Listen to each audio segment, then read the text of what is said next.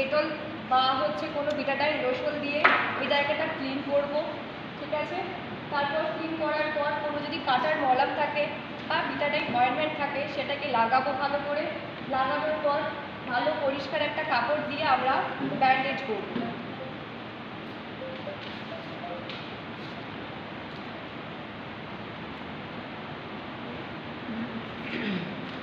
আমরা একটু সবাই দেখে নেবো যে ব্যান্ডেজটা কিভাবে করতে হবে। দেখতে পাচ্ছেন তো আমার থেকে?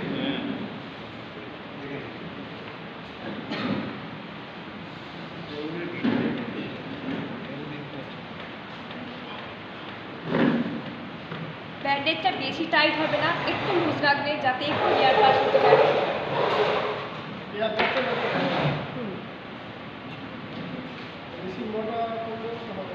না তাহলে হচ্ছে ব্লাডটা হচ্ছে একটু হ্যাঁ হ্যাঁ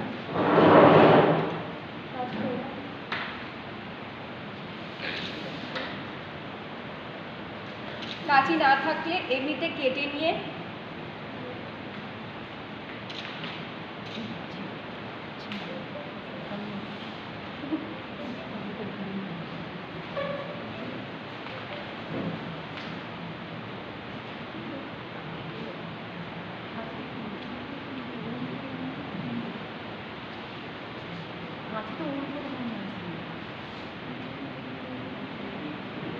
যদি মাইক্রোপড না থাকে তাহলে এরকম মিডিলভাবে কাটবেন, কেটে নিয়ে রাউন্ড করে বেঁধে দেবেন।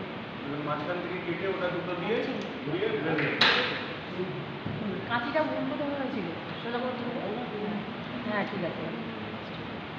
এমনি তো ধার নেই, আমি বুঝে দিচ্ছি। আর কেটে করতে হবে।